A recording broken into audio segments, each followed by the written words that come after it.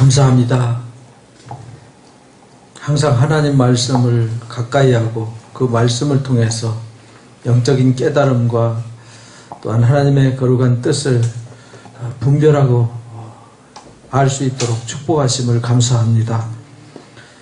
말씀이 능력이요 생명임을 잠시도 잃어버리지 않고 항상 말씀 안에 머무는 온전한 신앙이 되게 하여 주옵소서.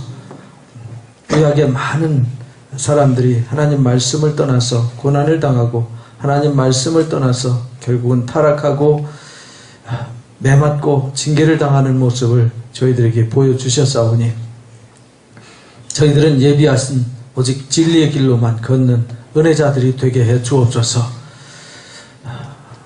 말씀은 저희들의 삶의 등불입니다. 말씀은 저희들의 삶의 지혜요, 말씀은 저희들의 삶의 능력임을 잠시도 잊지 아니하고 오직 말씀만을 붙잡고 사는 의인들이 되게 해 주옵소서. 이 시간에도 말씀을 통해서 저희들에게 무엇을 말씀하시고자 하는지를 가슴속에 새기는 귀한 시간 되게 해 주옵소서. 예수님의 이름으로 기도하옵나이다. 아멘. 지난주에 예레미야 끝났죠?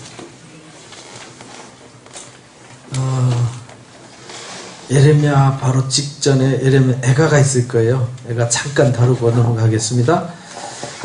예레미야 애가는 5 두루마리 중에 하나죠. 절기 때 이렇게 낭송하던 성경인데 예루살렘이 586년 또는 587년이라고 하는 사람도 있는데 586년 4월 9일날 함락을 당해요. 음력이에요. 성경에 이제 태음력이죠. 그리고는 이제 5월 7일날 성전이 파괴됩니다. 완전히 파멸당하는 거죠. 그건 BC예요. 1차, 2차, 3차 포로로 잡혀가는 거죠. 완전히 파괴되고 3차 포로로 잡혀가요. 그것이 우리가 예레미야에서 공부한 건데 이때 성전이 완전히 파멸되어지면서 예루살렘 성전이 멸망당하는 그 순간 그걸 보면서 하나님 앞에 애가를 짓는 겁니다. 애가죠. 비통해서 슬픔으로 노래하는 거예요. 어찌 이 성이 이렇게 됐는가, 어쩌다 이렇게 됐는가. 그래서 어찌하여예요. 어찌하여 이렇게 되었는가. 슬픔이죠. 슬픔. 그죠? 그래서 1장부터 5장까지 있는데 예레미야는 1장부터 5장까지 있는데 1장부터 2장까지 보면은 22절씩 되어 있어요. 3장은 66절 되어 있죠. 4장 22절로 되어 있어요. 5장 22절로 되어 있어요. 희한하죠? 다 22절씩이에요. 근데 22절인데 요 한 절 한 절 시작할 때마다 알파벳 순으로 썼어요. 알파벳 순으로. 히브리 알파벳이 22자거든요. 그러니까 22절을 22개의 단어. 그러니까 우리가 시편에서 그걸 배웠었죠. 시편 119편이 보면은 알파벳 알렙부터 시작해서 타우까지 22개의 알파벳이 있는데, 히브리 알파벳이 있는데 8절씩, 그래 176절이었잖아요.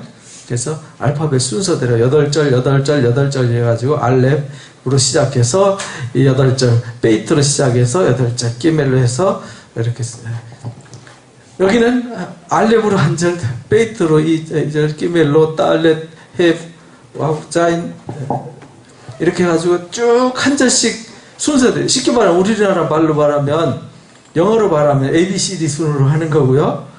우리말로 하면 가나다 순으로 하는 거잖아요. 그 말은 무슨 뜻이냐면 모든 언어로, 그러니까 A부터 Z까지 가부터 하까지라는 말은 모든 언어를 총동원해서 그런 말이에요.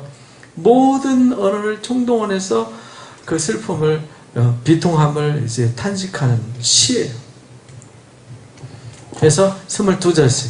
근데 여기 3장에는요, 66절로 되어 있어요. 66절. 곱하기 3이죠? 곱하기 3. 3절씩 되어 있어요. 3절씩. 그리고 여기는 다시 2절씩. 근데 여기는 알파벳 순으로는 안 되어 있지만 같은 뉘앙스로 갑니다. 그러니까 이 애가는 하여간 사람이 표현할 수 있는 모든 표현 방법으로 그 아픔과 고통, 어찌하여를 쓴 거예요. 어찌하여. 어쩌다 저렇게 됐는고. 그러죠? 우리 본인 다 뭐, 에이구, 어쩌다 저렇게 됐어. 이렇게 말하잖아요. 지금 보면서 파멸된 아주 그냥 짐승도 살지 않는 곳으로 만들었잖아요. 짐승도 살지 않는 아주 처참한 곳으로 만들었어요. 그러니까 그걸 보면서 슬퍼한 거죠. 그래서 그것이 애가입니다. 그래서 1장에서는 뭐를 썼냐면 예루살렘이 폐허가 된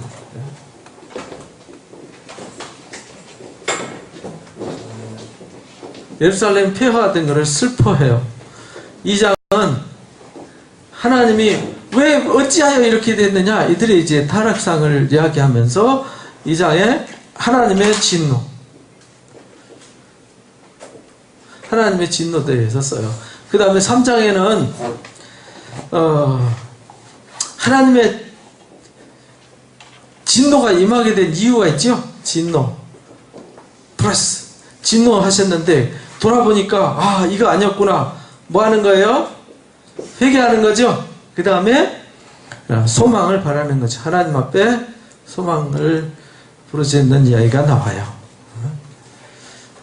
그 다음에 예루살렘이 범죄해가지고 이렇게 엉망진창이 되어 있는 모습을 노래하고요. 그 다음에 하나님의 진노하셔가지고 막 하나님 화가 나셔서 그들을 혼내주는 이야기가 나와요. 그러면서 그것을 이제 독백 혼자 독백하는 것처럼 1인칭으로 나와요. 1인칭으로 나오면서 회개하는 얘기가 나와요. 회개하면서 소망을 바라는 마지막에 회복을 이야기해요. 그러면서 4장에서는 그들이 당하는 고난 하나님 말씀 떠나가지고 이렇게 진노로 인해서 그들이 겪는 그 고통을 호소하는 얘기가 나와요. 그 다음에 다섯 번째는 이제 회개와 회복.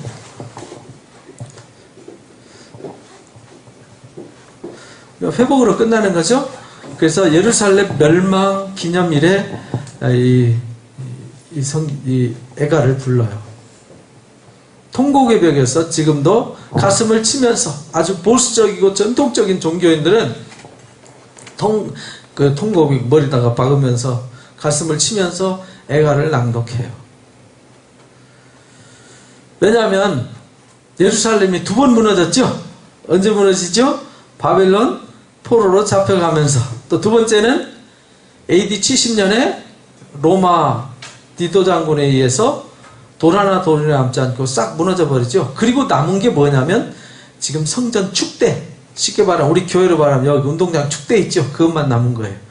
이거 다 없어져 버리고 황폐하게 다 그냥 사람도 살 수 없고 짐승도 살 수 없을 정도로 그냥 쑥대밭 만들어 놔놓고 그 축대만 남은 거. 예루살렘 그 통곡의 벽이 그 축대에서 막 가슴을 찌우면서 통곡하며 기도하는 거예요. 그러니까 그 예루살렘이 그들에게는 다시 회복될 것을 생각하면서 부르짖는 거죠. 자, 어디냐면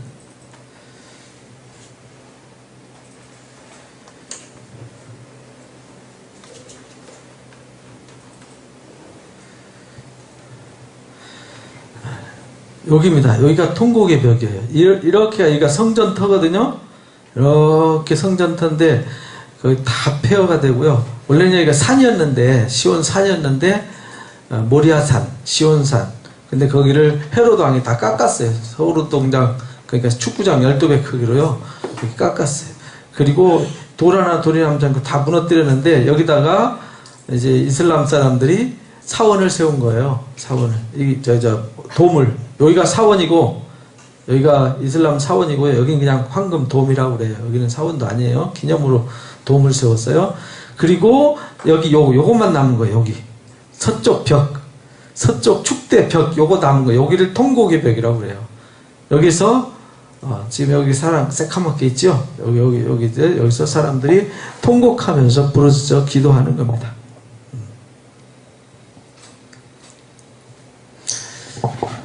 그것이 이제 예레미야 애가 이야기입니다. 그러니까 애가를 통해서는 어찌하여 이렇게 멸망하였는고 그러면서 다시는 우리가 이런 꼴을 당하지 말자 하고도 아직도 정신 못 차리죠.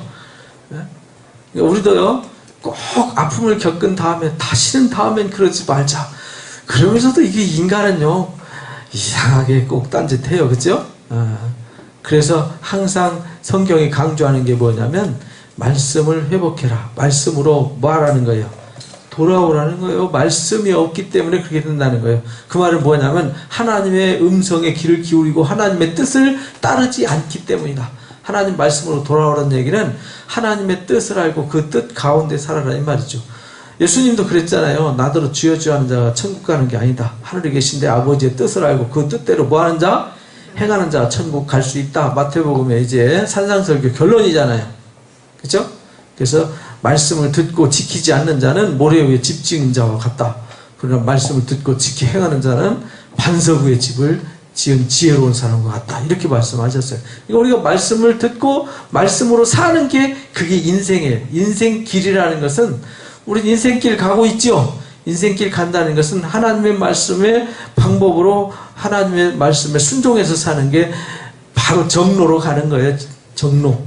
하나님이 우리를 위해서 세우신 하나님 나라의 표대를 향해서 정로로 진리의 길로 가는 거죠. 말씀으로 행하지 않으면 의미가 없어요.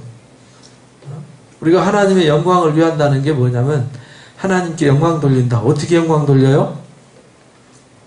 하나님 영광 돌리는 것은 내가 하나님의 말씀을 듣고 하나님의 말씀의 뜻이 나한테 이루어져야 하나님께 영광 돌리는 거예요.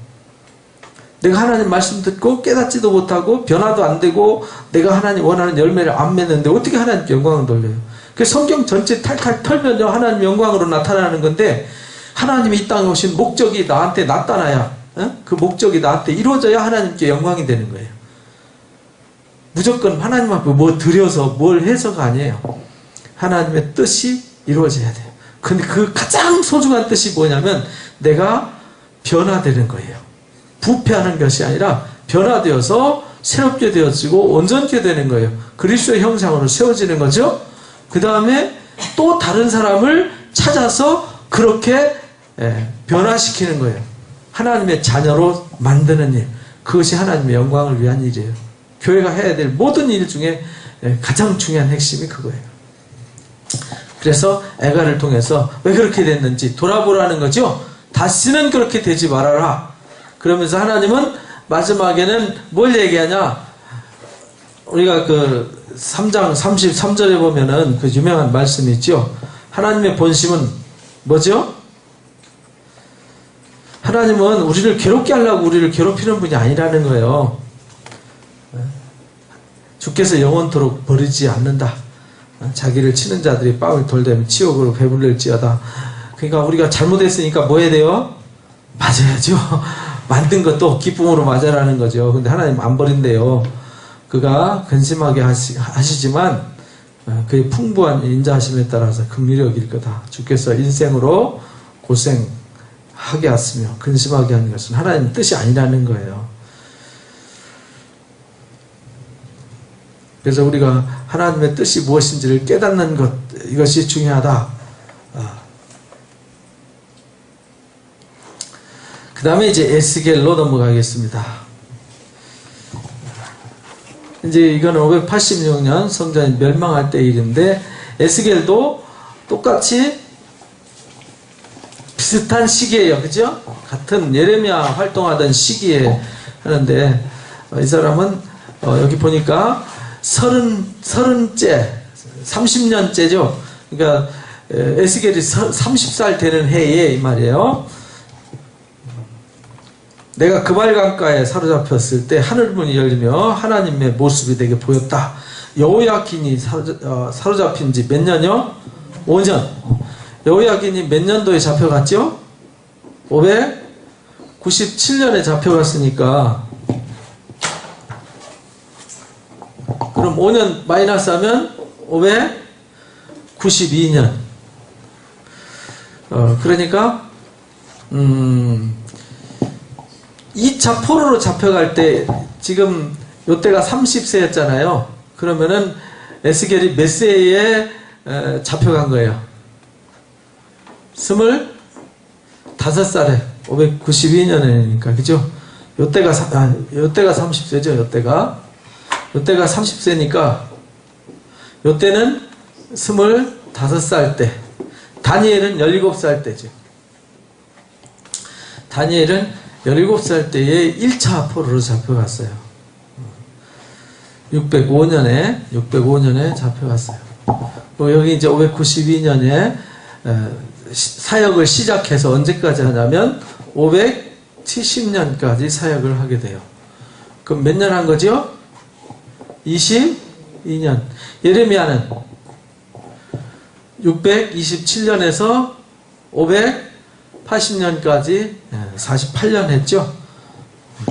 47년에서 48년 정도 사역을 했는데 에스겔은 2차 포로 때 잡혀가서 포로지에서, 예레미야는 예루살렘 남아서 요시야 왕 때부터 시작해서 그 아들 여호아하스, 그 다음에 여호아하스가 애굽 사람들한테 폐위당하고 여호야김 왕이 세워지고 여호야김이 11년 왕 하잖아요.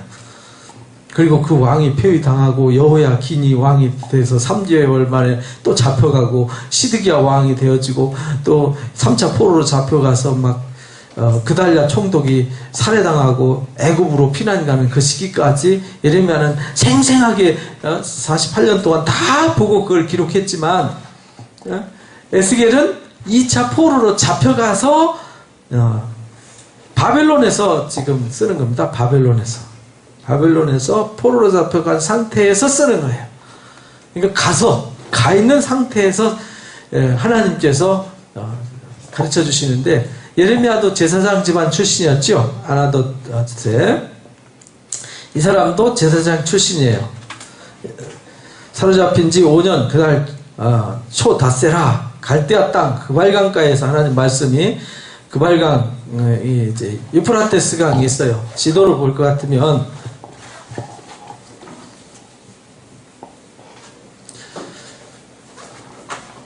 이스라엘 지도는 아주 쉽게 그립니다. 다 그랬죠?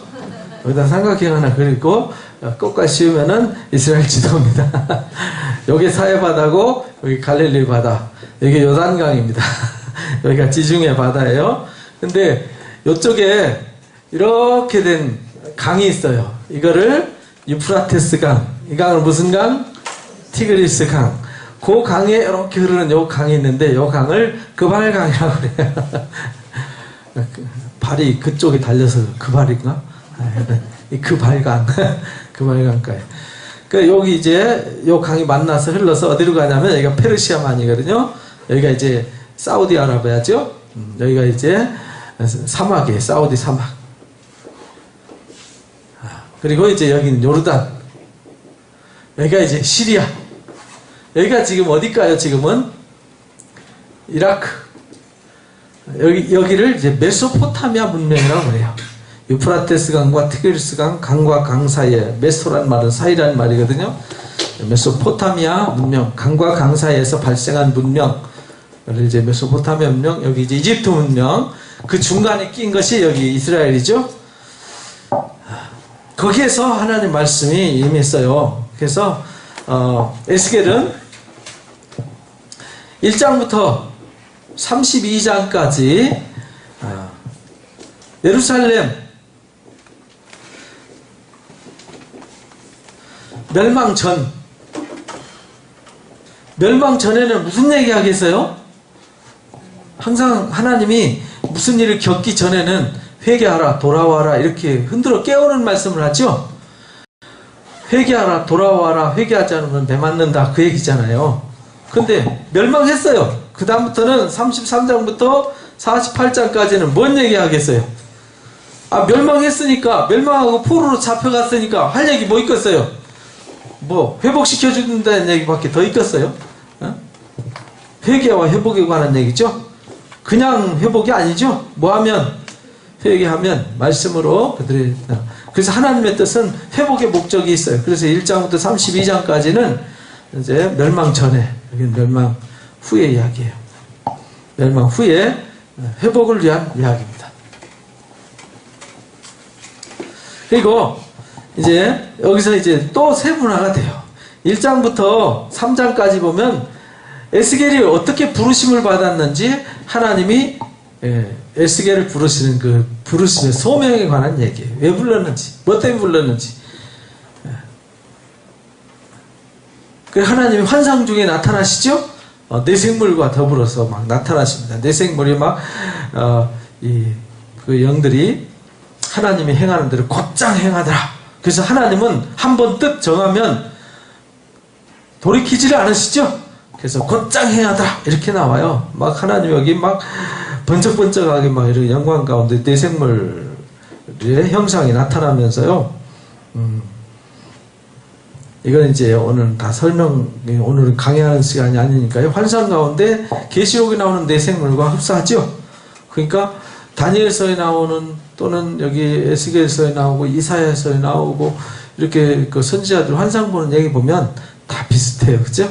왜냐하면 같은 하나님 아니에요. 그죠? 하나님이 요때는 이렇게 보여지고 저때는 저렇게 보여지나요? 보는 사람의 시대에 따라서 표현이 다를 뿐이죠. 그죠?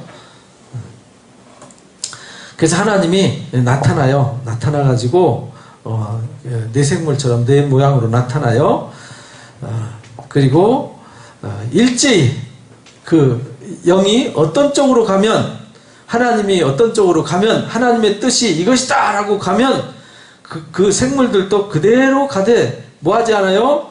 돌이키지 않고 일제히 앞으로 곧게 행하더라. 그러니까 하나님이 결정하고 정하면요 모든 천군 천사들이 동시에 똑같이 일하신다 이 말이에요. 혼란스럽지 않게 일사불란하게 하나님의 일은 그렇게 진행이 돼요. 그렇게 하나님이 그렇게 일하시더라. 그들이 갈 때는 사방으로 향한 대로 돌이키지 않으더라. 사방으로 향한다는 말은 온 세계에서 일한다는 뜻이에요. 하나님이 그 일을 하는데 동네에서 일하시는 분이 아니죠. 전체 그 당시에 시대의 역사와 상황을 이끌어 가시는 하나님이라는 뜻이에요. 그래서 생물들도 영이 어떤 쪽으로 가면 똑같이 가요. 무조건 직선으로 갑니다. 그 얘기를 합니다. 그 사방에 광채가 막 번쩍번쩍 하면서요 여호와의 영광의 형상의 모양이 거기 나타나요. 그러니까 이 에스겔이 넙적 엎드려서 그 위험에 굴복되죠. 그때 인자야 네 발로 일어서라 내가 네게 말하리라 하고 일어섰더니 인자야 내가 너를 이스라엘 곧 패역한 백성 나를 배반한 자에게 보낸다.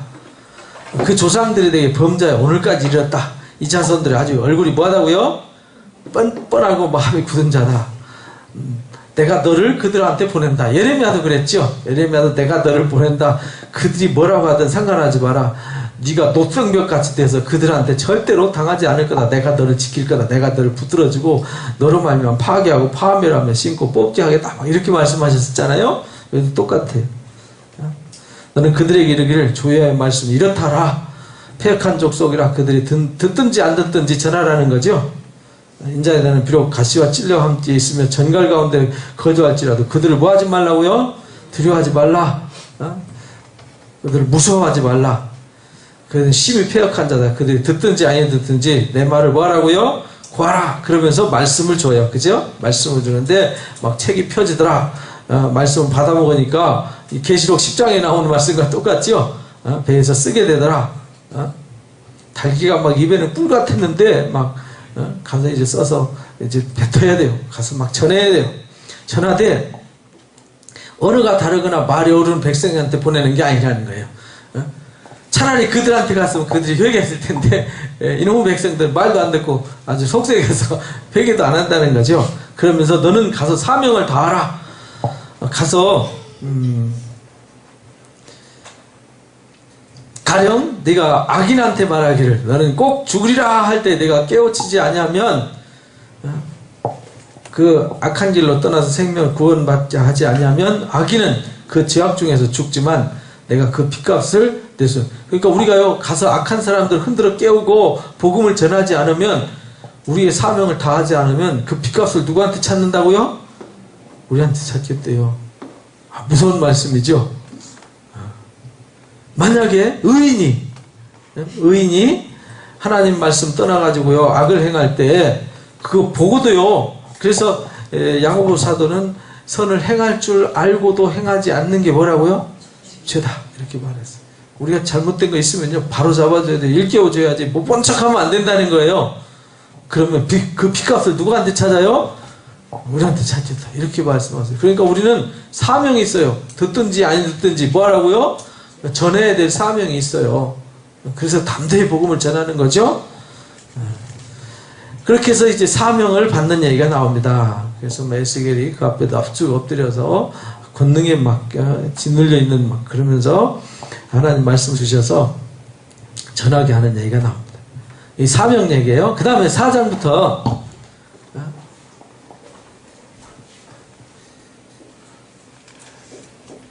1장부터 3장은 이제 소명에 관한 얘기였어요. 그 다음에 4장부터 7장까지는 이들이 얼마나 더럽게 죄를 범했는지 그 죄악상을 고발하는 거예요.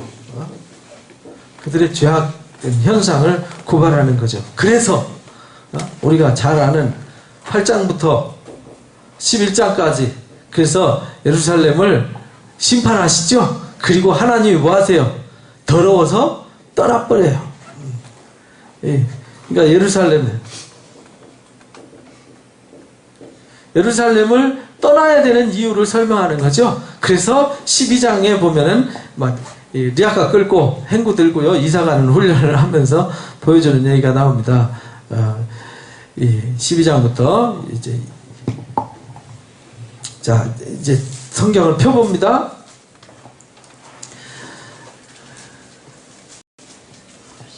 4장에 보니까 예루살렘의 토판에다가 예루살렘을 그리래요. 그리고요 거기다가 예루살렘이 골짜기가 있어서 함락하기 어렵잖아요. 천연 요새라서 거기다요 흙으로 언덕을 쌓아가지고 거기다가 공성태를 둘러세우고요 철판으로 꼼짝 마라 이렇게 하겠다는 거예요. 그래서 예루살렘이 이들이 얼마나 부패했는지 그들을 타락한 모습들을 이제 보여주는 거죠. 그들의 죄악. 그러면서요 에스겔한테 뭐라 그러는 거 아니? 이스라엘 족속의 죄악을 짊어지되 내가 눕는 날수대로 죄악을 담당해라. 범죄한 횟수대로 내게 날수를 정했다. 390일 동안 390년 동안 범죄했다는 거죠. 범죄한 횟수대로니까요 391년 동안 범죄했다. 다윗 이후에. 그러니까 그 모습을 그대로 재현을 하는 거예요. 너는 이렇게 해라. 제가 또 그 수가 차거든. 너는 오른쪽으로 누워서, 왼쪽으로는 이스라엘 북이스라엘을 위해서 오른쪽으로 누워가지고 누구를 위해서? 남유다 왕국을 위해서 죄악을 담은 내가 내게 40일 정하였나. 하루가 1년이다. 40년 동안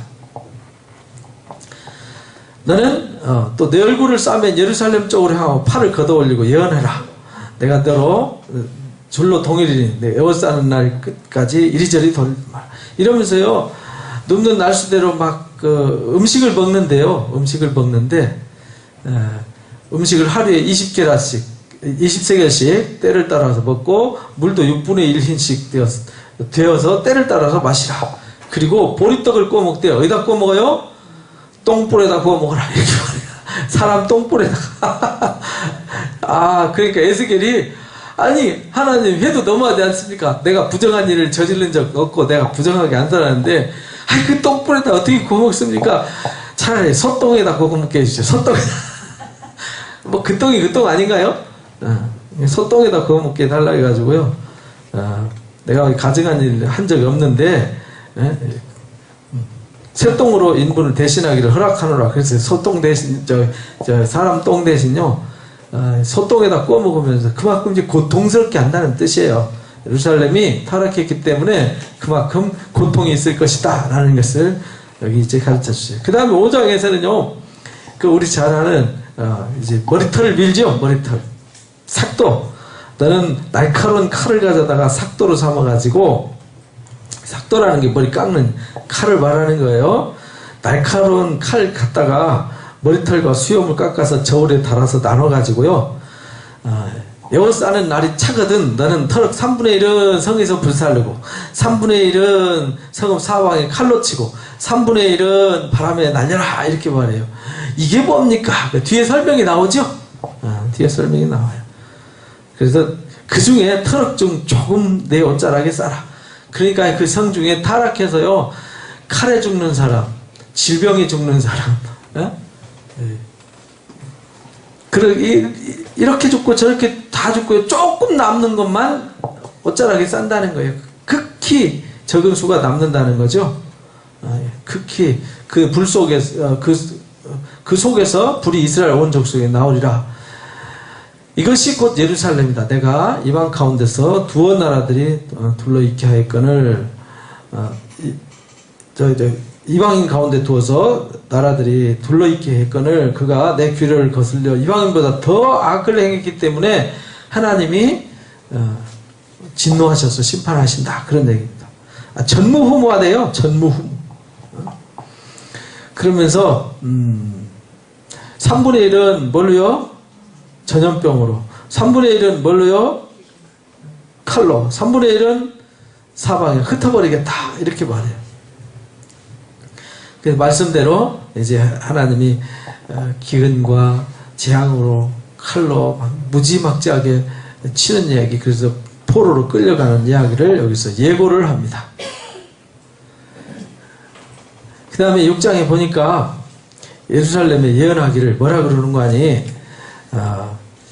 이제 이들이 그렇게 죄를 범했으니까 이제 심판을 해야 될 거 아니에요. 근데 왜 심판하는가? 뭐 때문에 심판하는가? 이렇게 설명합니다.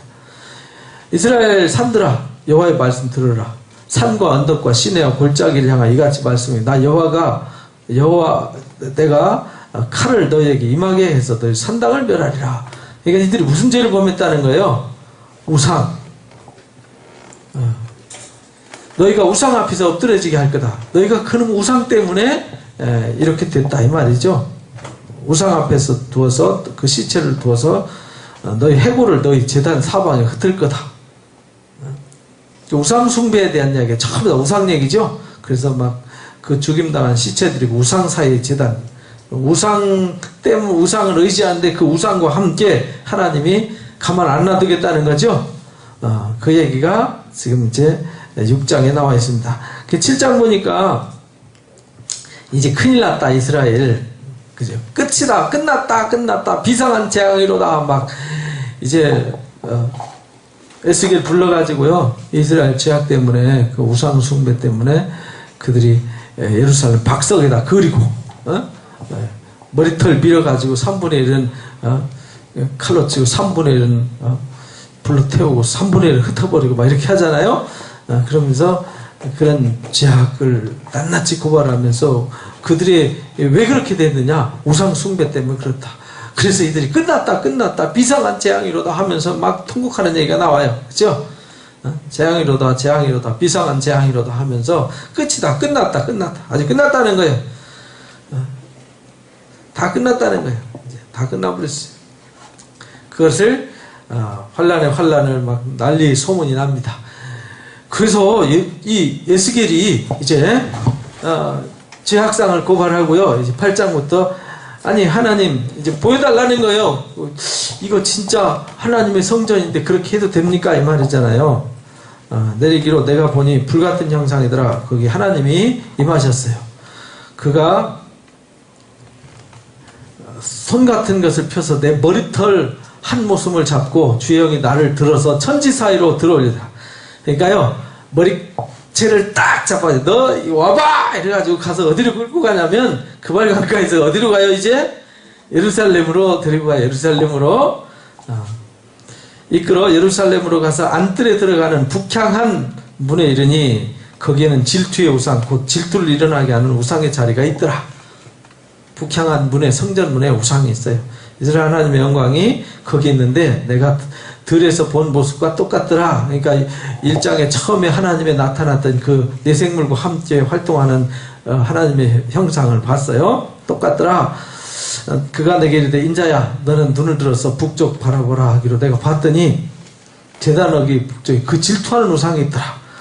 또 인자야 족속이 행하는 일 봤냐? 우상 보고 그 속에서 뭐하냐? 그랬더니 크게 가증한 일을 행하여 나로 내 성소를 멀리 떠나게 하느니라. 그러니까 하나님이 더러워서 거기 못 있게 한다 이 말이에요. 하나님이 거기에 있을 수가 없어요. 너무 더럽고 지저분하고 부패하고 그렇더라는 거예요. 그러니까 오늘날 교회의 모습도 그래요. 하나님이 와가지고 에스겔아 봐라 이렇게 하듯이 하나님이 와가지고 야 봐라 내가 그래도 이거 가만 놔둬도 되겠니? 이런 말이죠. 우리 또 성전이잖아요. 우리 마음에 욕심과 이기심과 탐심과 악한 생각들로 버글버글 막 하면요 하나님이 외출 가시죠? 야 나 거기 못 있겠다고 하나님 떠나버리신다 이 말이에요. 하나님 떠나면 어떻게 되죠? 빛이 떠나니까 완전 이제 깜깜한 세상 되는 거죠. 그건 지 맘대로죠. 뭐가 뭔지도 천지분간하지 못하고 살아가는 불쌍한 존재가 된다 이런 말이에요. 하나님 나도 그렇고 하나님 교회도 그렇고요. 공동체 안에도 그렇게 부패하면 안 돼요. 그런 모습을 보여줍니다. 그리고요 성전으로 들어가서 뜰 문에 이르렀기로 내가 본즉 담에 구멍이 있더라. 이 담을 헐라 하기로 내가 담을 헐었더니 이제 환상 보여주는 거예요. 진짜 담을 헐은 게 아니에요. 갔더니 성전 안에 아주 그냥 썩었어요. 다 부패했어요. 하나님이 거기 아주 있을 수가 없어요. 너무 더러워서. 우상의 사방벽이 그려져 있고요. 거기 장로 70명이 그 앞에 섰으며 사반의 아들 야하사냐도 그 가운데 섰고 손에 향로 들었는데 향연이 구름같이 오르더라. 그래서요 인자야 이스라엘 족속 장로들이 각각 그 우상의 방 안 어두운 가운데서 행하는 것을 네가 봤냐? 그들이 이르기를 여호와께서 우리를 보지 아니하시며 여호와께서 이 땅을 버리셨다느냐. 그러니까요 숨어서 몰래 해도 하나님은 뭐 하시죠? 은밀한 가운데서 하나님 다 보세요. 그래서요 에스겔한테 야 봤지? 내가 이래도 이거 놔둬야 되겠니? 이런 말. 하나님이 내가 진노하는 거 4장 5장에서 박석 끓이고 막 삭도를 물로 밀어가지고 막 3분의 1 흩어버리고 불살라버리고 하는 거 칼로 치는 거 그거 내가 잘못하는 거니? 봐라 봐라 하면서 그냥 저쪽 우상 숭배하는 게 아니라 성전 안에까지 하나님의 이름이 있고 하나님의 눈길이 머물러야 될 그곳에 하나님의 명예가 있어야 될 그 자리에 이렇게 거기까지 이렇게 부패하고 썩었다. 그러니까 하나님이 이거 놔둬야 되겠냐 이런 말이죠. 너는 다시 그들이 행하는 바 다른 큰 가증한 일을 보라 하더니 또 북문을 가가지고 또 다른 데 그러니까 또 거기에 여인들이 앉아 단무술을 위해서 애곡하고요. 거기에서 보니까 성전문 곧 현관과 제단 사이에 약 25명이 여호와의 성전을 등지고 낯을 동쪽으로 얼굴을 동쪽으로 향하여 동쪽 태양에게 뭐 하고 있어요? 태양신을 숭배하고 있더라 이 말이에요. 이거 전부 다 우리가 요시아 황제 때 이게 다 척결했는데요. 또 생겼어요. 그죠? 요시아 왕 때 다 개혁했는데도요. 또 이렇게 됐어요. 이제 봤냐? 그들이 땅을 폭행으로 채우고 또다시 노여움을 일으키며 심지어 나뭇가지를 그 코에 두었느니라. 그러면 나도 분노로 갚아 불쌍히 여기지 않으며 긍휼히 여기지 않겠다. 그래서 하나님이 뭘 준비하죠? 죽이는 무기를 준비하셨어요. 근데 죽이기 전에 하나님 하시는 일이 뭐예요? 옥석을 가리는 거죠. 옥석. 그래서 가증한 일로 인해서 탄식하며 우는 자의 이마에 뭐 하라고요? 표하라고 서기관에 먹그릇 한 사람을 준비를 해요. 그래서 탄식하며 우는 자의 이마에 표하라 하시고 그 뒤에 표 다 하고 나면 그 뒤에 따라다니면서요. 그들에 대하여 내 귀에 이르시되 너희는 그를 따라 성읍에 다니며 불쌍히 여기지 말고 긍휼 베푸지 말고 남자 여자 아이 어른 뭐 할 것 없이 이마에 표 없는 자들에게는 이마에 표 있는 자들은 냅두고 나머지 있는 사람들은 다 쑥대밭 만들어라. 다 아주 살육하라. 어디서부터 시작하라고요? 성전 앞에 있는 늙은 자로부터 시작해라. 왜? 이 사람들이 잘못했기 때문에. 그러니까 심판하면요 제일 먼저 누구부터 심판하냐면 미혹했던 근원이 되는 사단이를 심판하고 그 다음에 누구죠? 계시록 20장에서 다 까먹었죠? 거짓 선지자들. 거짓 선지자들, 잘못된 앞장서서 바르게 가르치고 바르게 이끌어야 될 이 거짓 선지자들부터 이게, 그래서 이게 늙은 자부터 시작하라는 거예요. 성전 앞에 있는 늙은 자로부터. 너희는 성전을 더럽혀 시체로 모든 뜰에 채우라. 너희는 나가라 하며 그들 나가서 막 심판하는 얘기가 긍휼 베풀지 않고요. 보라, 가는 벼옷 입고 허리에 머리끈을 찬 사람이 복명하여되 주께서 내게 명령하신 대로 내가 준행하였나이다 하더라. 이렇게 말해. 그러니까 됐지, 내가 이렇게 해도 되지. 그래서 에스겔이 할 말이 없었어요. 아니 뭔가 그래도라고는 단어가 이 입에 부끄러워서 나오질 않았어요. 예루살렘이 얼마나 더러워졌는지. 요즘 시대가 그런 시대인 것 같아요. 요즘이 그렇게 막 교회가 부패해가고 또 기독교인들이 하나님 말씀이 없고요, 하나님 사랑하는 마음도 없고 세상에 세속에 물들고 막 얼룩져가지고 이게 하나님의 집인데 하나님의 집이 아니라 저주받을 집으로 온갖 더러운 것으로 다 치장한 이런 모습을 보여주고 있습니다. 그래서 하나님이 10장 11장에서요 하나님이 더러워서 떠나버려요. 하나님 떠납니다. 가는 벼 입은 사람 말씀하시되 너는 구름 밑에 있는 바퀴 사이로 들어가서 불을 움켜쥐거나 그래. 그래가 어디다 쏟아요? 그 예루살렘에 쏟아버리라는 거죠. 그죠?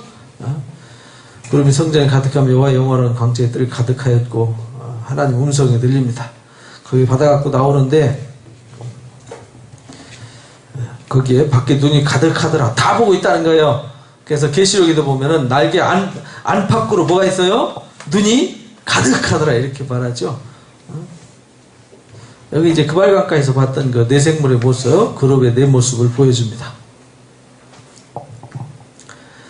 여호와의 영광이 성전 문지방을 뭐하죠? 그룹 위에 머물르더라. 그래가지고요 하나님의 영광이 떠나요. 어디로 떠나냐면 동쪽으로 떠나요. 동쪽으로. 그래서 이스라엘 사람들, 유대인들 지금 가보니까 동쪽 감람산에 무덤 잔뜩 만들어 놨죠? 뭐 하려고? 지금 여기 이게 무덤이잖아요.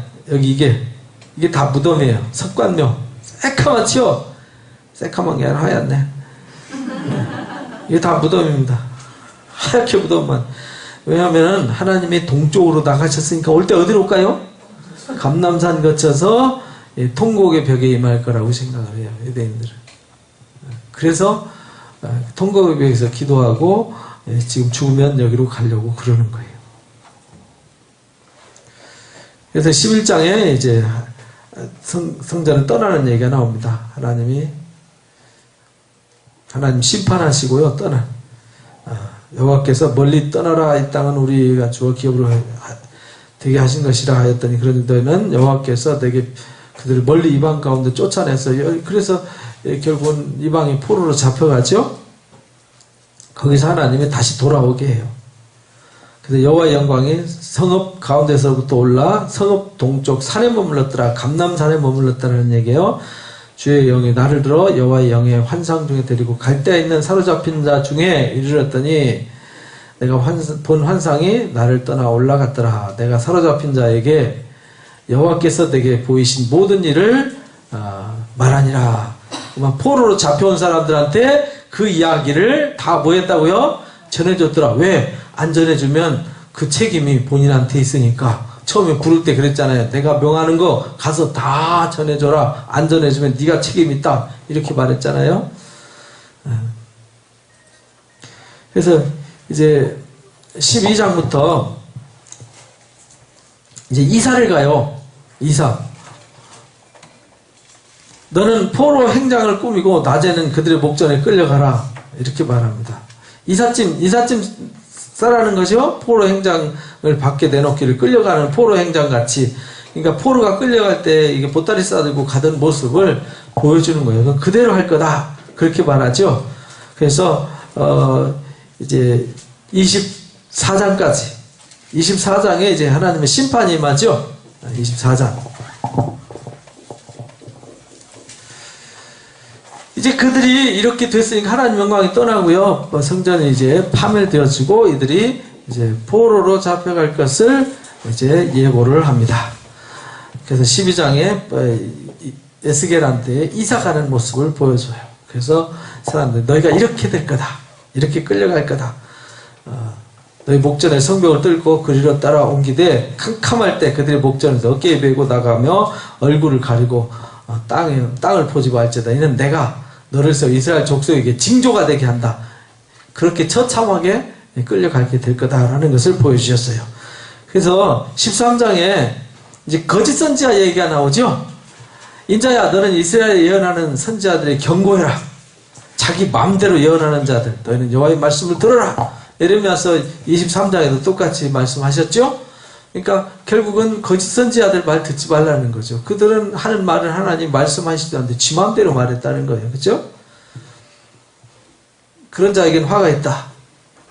황무지 여우 같은 존재라는 거죠. 너희 선지자들이 성 무너진 곳에 올라가지도 아니하였으면 이스라엘 족속을 위하여 여호와의 날에 전쟁에서 견디게 하려고 성벽을 수축하지도 않았다. 여호와께서 말씀하셨다고 하는 자들이 허탄한 것, 거짓된 점괘 떠들어대는데 하나님이 보내신 것도 아니다. 허탄한 몫이 점괘하는 거다. 이렇게 말해요. 결국은 이 거짓말쟁이들 때문에 문제라는 거죠. 하여간 그래서 막 가짜로 사람들을 얼검매가지고 고통을 준다 이 말이에요. 영혼을 사냥하는 영혼 사냥꾼이라는 거예요. 뭐 요즘 뭐 그렇잖아요. 우리가 진리를 모르고 하나님 모르고요. 막 자기 양을 만드는 사람들 있잖아요. 양은 누구 양이죠? 하나님의 양. 누구 자녀예요? 하나님의 자녀. 사람의 소유가 아니에요. 근데 성도들을 물건 취급하고 소유물 취급하는 그런 이상한 사람들이 많아요. 지금 성도는요 물건이 아닙니다. 하나님의 양이지. 하나님이 선지자들을 보내고 사도들을 보내고 종들을 보내고 예수님도 보낸 목적이 그랬잖아요. 나는 섬김 받으러 온 게 아니라 뭐하러 왔어요? 섬기려 하고 오히려 대속물로 주러 왔다 이랬잖아요. 예수님은 섬김 받으러 오지 않았어요. 그러면 선지자들도 사도들도 종들도 섬김 받으려고 온 게 아니라 뭐하러 왔어요? 양떼들을 먹이고 내 양을 치라 내 양을 먹이라 한 사명을 감당하러 보낸 거예요. 근데 양떼 위에 군림하면서 마치 뭐 왕처럼 그렇게 하는 그거는 잘못된 거죠. 그렇죠? 그러니까 이게 가짜와 진짜를 그래서 싹군과 선한 목자를 분별하라고 예수님이 가르쳐 주셨잖아요. 요한복음 10장에서 그래서 허탄한 몫이 쫓지 마라. 그래서 하나님이 이스라엘 장로 두어 사람이 나 앞에 안전히 말씀 임마에 가랐을 때 우상을 마음에 들이며 죄악의 걸림돌을 자기 앞에 두었으니 그들이 내게 묻기를 내가 종임들 용납하겠느냐? 그래가지고요 그들의 죄악을 이제 걸림돌을 두어서 그들을 심판하는 얘기를 나옵니다. 그러면서 여기서 선지자가 죄악과 그에게 묻는 자의 죄악이 같은 즉 각각 자기 죄악을 담당한다. 심판을 당하되 하나님이 모두 다 심판하는 게 아니라 자기의 죄악을 뭐 할 거라고요? 담당할 거다. 그래서 가령 노아, 욥, 다니엘 그 당시에 이제 최고의 의인들을 그렇게 말했어요. 비록 노아, 다니엘, 욥 이 세 사람이 거기 있을지라도 그때 그 당시에 그 예레미야 시대에 최고의 의인 그러면 노아, 욥, 다니엘이었어요.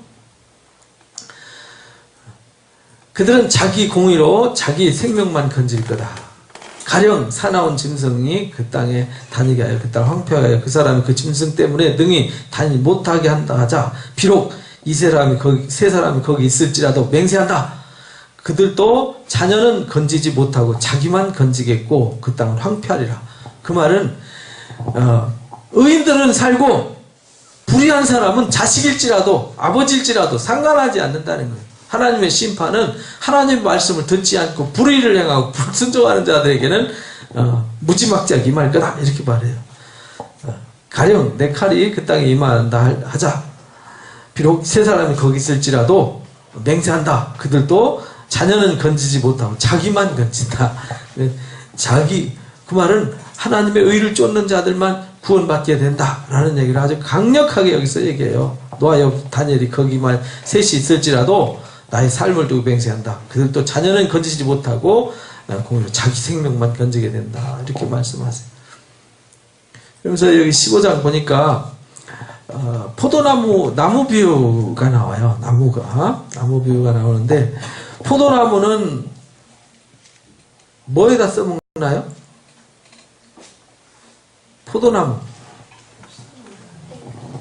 포도나무는 포도 열매 안 맺으면 어디다 써야 돼요? 어디? 진짜 쓸모없죠, 그죠? 포도 열매 많이 맺으면 좋기는 하는데, 포도나무 이거 무슨 기둥으로 쓸 수도 없고, 뭐 이거 어디 무슨 발을 만들어서 쓸 것도 아니고, 천하에 쓸모없는 게 이게 포도나무라 이 말이에요. 열매가 없으면 포도나무는 땔감밖에 안 돼요. 지금 15장에 그 얘기 하는 거예요. 이스라엘이 포도나무인데 그들에게 열매를 요구하거든요, 하나님이. 근데 열매는 없어요. 그러니까 뭐 하겠어요? 땔감밖에 안 되는 거예요. 그래서 하나님 심판밖에 안 받는다는 거예요. 포도나무가 모든 나무 나은 게 뭐였냐? 숲속에 여러 나무가 있는데 포도나무가 나은 게 뭐냐? 아무것도 할 게 없죠. 불에 던질 땔감밖에 안 된다는 거죠. 그 가운데 태웠으면 제조에 무슨 소용이 있겠나? 아니, 다른 거는 타면은 숯이라도 건지죠. 이건 숯도, 이게 태워도 숯도 건지지 못하는, 이거 정말 태워도 쓸모없고, 놔둬도 쓸모없고. 이스라엘이 그렇다라는 거예요. 그래서 운전할 때에도 멀쩡할 때도 뭐 어디다 써먹을 데가 없죠. 불에 살라지고 탄 후에는 어찌 제조하냐. 멀쩡할 때도 써먹을 데가 없는데, 불난 데는 뭐 써먹을 게 뭐가 있겠냐. 그러므로 하나님 말씀하신다. 내가 숲을 가운데 있는 포도나무를 불에 던질 땔감이 되게 한 것 같이 내가 예루살렘 주민도 그같이 한다. 예루살렘 사람들 하나도 써먹을 데가 없대. 놔둬도 써먹을 데 없고 심판에도 써먹을 데 없고 아주 골치 아프다는 거죠. 이방 사람보다 못하다는 거예요. 그래서 우리가 예레미야서 35장에 레갑 족속 얘기 배웠잖아요. 그죠? 레갑 족속 사람들은 조상의 말을 듣고요. 포도를 씹지도 않고 만지지도 않고, 그죠? 포도주는 평생 먹지도 않잖아요. 가옥을 건축도 말라 그랬어요. 거기 가옥도 건축하지 않고요. 아주 그냥 조상들의 말도 잘 듣는데 하나님 말씀 얼마나 잘 듣겠어요. 그래서 하나님이 레갑 족속을 축복하시잖아요. 그러니까 예레미야서 2장에 보면은 세상에 이쪽 땅끝에서 저쪽 땅끝까지 온 나라 다 다녀봐라. 너희 같은 나라가 어디냐? 너희들처럼 손바닥 뒤집듯이 신을 바꾸는 나라가 어딨냐. 그렇게 타락을 쉽게 한다는 게 이상하게요. 하나님 백성은 타락을 잘해요. 우상 섬기는 사람들은 아주 정성스럽게 섬기죠. 제가 부산에 있을 때 칠성신을 섬기는 사람을 봤는데요. 우리 교인 할머니였는데 정성스럽게 아주 열심히 아주 시도 때도 없이. 저도 어렸을 때 우리 어머니가요, 지성 드린다고 그러잖아요, 지성. 그래서 밤중에 자다 보면 이제 새벽에 어디, 뒷뜰이 훤해요. 이게 뭐지? 이렇게 보면 어머니가 촛불 켜놔놓고요, 정한수 떠나놓고요, 하얀 소복 입고, 비나이다, 천재 신명기 비나이다. 그거 엄청 열심히 했어요. 우리 곡식 거두면은 제일 처음 누구한테 드렸던가요? 고시리의 신한테도 드리고, 술 먹을 때. 논두렁 지신들한테 다 바쳤잖아요. 그죠? 첫 소득 얻으면요, 다 신들한테 바치고 먹었어요. 근데 요즘 첫 소득하면 하나님 앞에 감사하고 먹나요? 일단 먹고 보죠. 그러니까요, 옛날에는 정성스럽게 그렇게 신을 섬겼는데 요즘 하나님에 대한 의식은 없다라는 거예요. 우상 숭배하는 사람들은요, 제일 먼저 지성을 들여서 자기 신한테 갖다 막 그렇게 하는데요, 예수 믿는 사람들은 그거 안 한다는 거예요. 하나님 앞에 참 소중한 것을 하나님 앞에 먼저 드리고 하나님 앞에 감사하는 게 아니라 일단 써보고 남으면 계산해보고 그 다음에 이제 이렇게 하는 거죠. 그래서 이제 말라기 선지자가 막 야단친 얘기가 그렇게 해서 나온 겁니다. 야, 비루 먹은 거, 눈 먹은 거, 절름발이, 그런 짐승들 갖다 총독한테 갖다 줘봐라. 총독이 좋다 할 거다. 하나님 앞에는 아주 당당하게 드리면서 총독한테는 좋은 거, 귀한 거. 그러니까 다른 우상 섬기는 사람들은요, 그 우상에 막 사람, 자기 자식까지 드리는데, 그죠? 그러니까 하나님 백성들의 타락한 모습을 그렇게 책망하는 얘기가 나옵니다. 내가 그들을 대적한 적 그들이 불에서 나와도 그들을 살라버릴 거다. 뭐 쓸모없으니까 그죠? 그래서 황폐하게 될 거다 이렇게 말해요. 그러면서 16장에 버려진 자식 주워다가 키워놨더니 고급 옷 입혀주고요. 아주 물돼지 가죽신 시켜주고 아주 피트성이 갖다 닦아가지고요. 이쁘게 해가지고 막 시장에서 왕비 삼아놨더니 나가서 바람 폈다 이 말이에요. 애굽한테 아수르한테 의지하면서 엉뚱한데 의지하면서 하나님 버리고 엉뚱한 거 의지하면서 바람 폈다 그 얘기가 나와요. 이렇게 강보에 싸지도 않냐 했더니 천하게 했던 거 데려다가 피투성이 갔다가요 벌거벗은 알몸이었었는데 데려다가 씻어가지고요 물돼지 가죽신 신기고 그때 물돼지 가죽신 물돼지 보셨어요?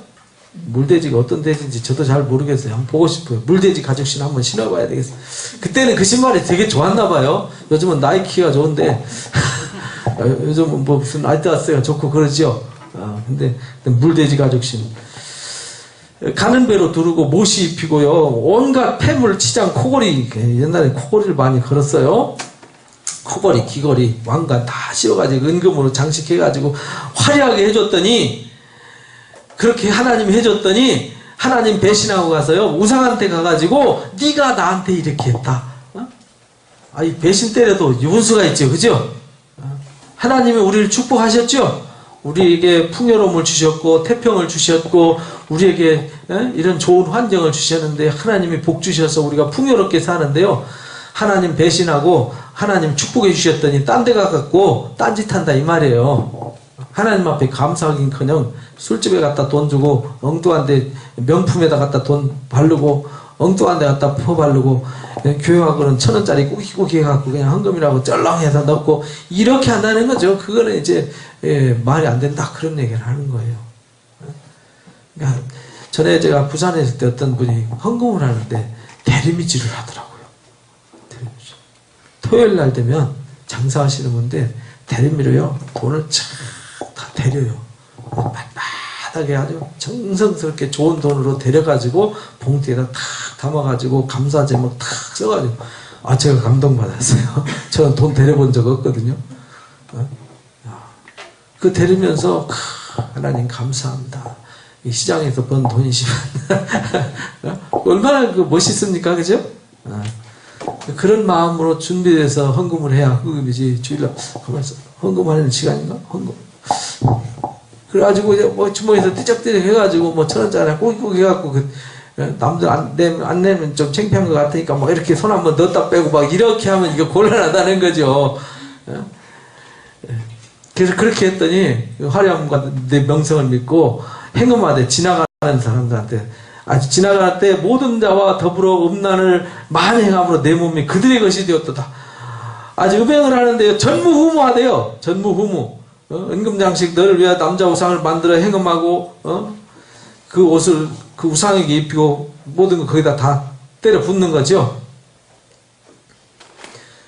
자식을 불 가운데 막 들이고 막 내가 어렸을 때 벌거벗은 몸이었으며 피투성이가 돼서 발짓하던 거 기억하지 않냐고 내가 모든 가증한 음란했다. 그러니까 그들이 애굽에 버려졌던 그들을 건져서 그렇게 하나님이 소중하게 여겨서 그래서 에레미야서 2장에는 소년의 때 우위와 신혼의 때 결혼했을 때 그 신혼의 때 그게 이제 광야 시절을 그렇게 표현했죠. 광야에서 그때는 하나님밖에 없었잖아요. 의지하고 쳐다볼 게 남편 대신 하나님밖에 볼 게 없었어요. 이게 아내와 남편이 서로 둘이만 있으면 무인도에 둘이 있으면은 시기하고 질투할 것도 없을 텐데 나가보니 더 이쁜 여자 있고 더 멋있는 남자 있으니까 이게 문제 생기는 거죠. 더 자상하고 더 잘해주는 사람이 있으니까 둘이 킥 돌아가가지고 딴짓하는 거잖아요. 그래서 여기서도 그랬다라는 거예요.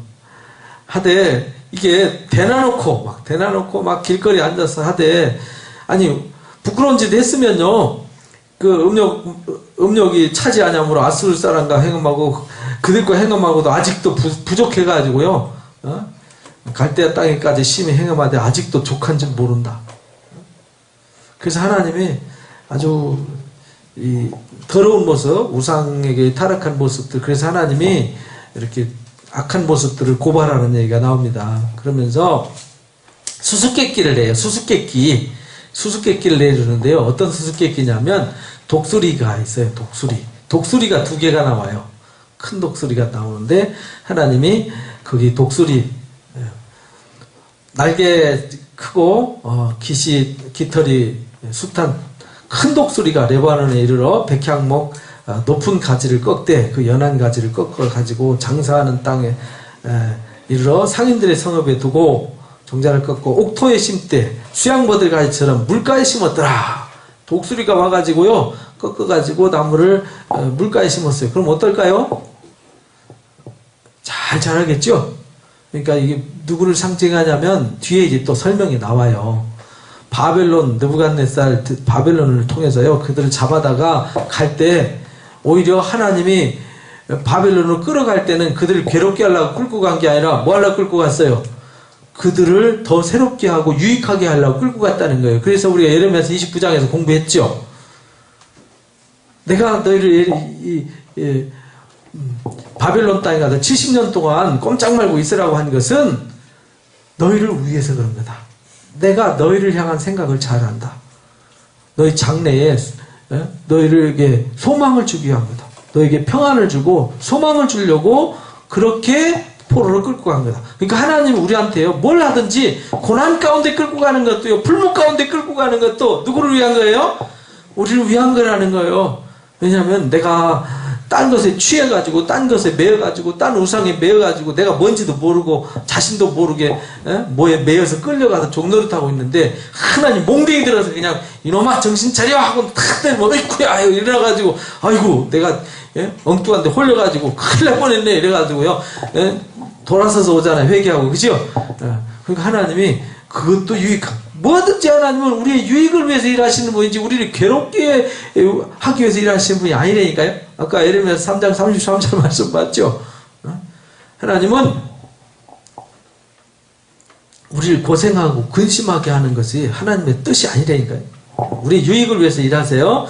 근데요 그렇게 해놨더니 또 다른 큰 독수리가 나타나니까 이 포도나무가요 독수리에게 물을 받으려고 아니 그 우물가에 심어놨으면은 거기서 물 받으라고 갖다 놨으면 됐지 엉뚱한 데 가지를 뻗친다 이 말이에요. 그 말은 하나님이 바벨론에다 데려다 놨더니 배신하고 누구를 의지해요? 애굽을 의지했다 이 말이에요. 애굽. 그래서 수수께끼 가지고 설명하는 거예요. 애굽을 의지하려고 하니까요 하나님이 가만 안 놔두겠다는 거죠. 뿌리 뽑아버리겠다. 볼지어다 심어졌으나 번성하겠느냐 동풍이 부딪힐 때 아주 마르지 않겠느냐. 하나님이 그들이 그 물가에 심어가지고 늘 공급받아서 푸르게 하려고 하나님이 더 좋은 목적으로 바벨론 포로를 끌고 갔는데 배신하고 결국은 애굽을 의지하니까 결국은 쑥대밭 되는 거 아니에요. 반역한 족속이라고 그렇게 말해요. 반역했다. 깨닫지 못하였느냐 하고 말하기를 바벨론 왕이 예루살렘으로 왕과 고관을 사로잡아 바벨론으로 끌고 갔죠. 옮겨갔는데 이런 나라를 뭐 해서요? 낮춰서 스스로 서지 못하고 언약을 지켜야 능히 서게 하려고 교만하니까요 꺾어가지고 그 땅에 가서 하나님 말씀 지켜서 다시 신앙을 회복시키려고 데리고 갔더니 엉뚱하게 애굽 언약을 배반하고요 애굽을 의지했다라는 거예요. 그러니까 혼나야 한다 그런 얘기입니다. 그래서 18장에 보니까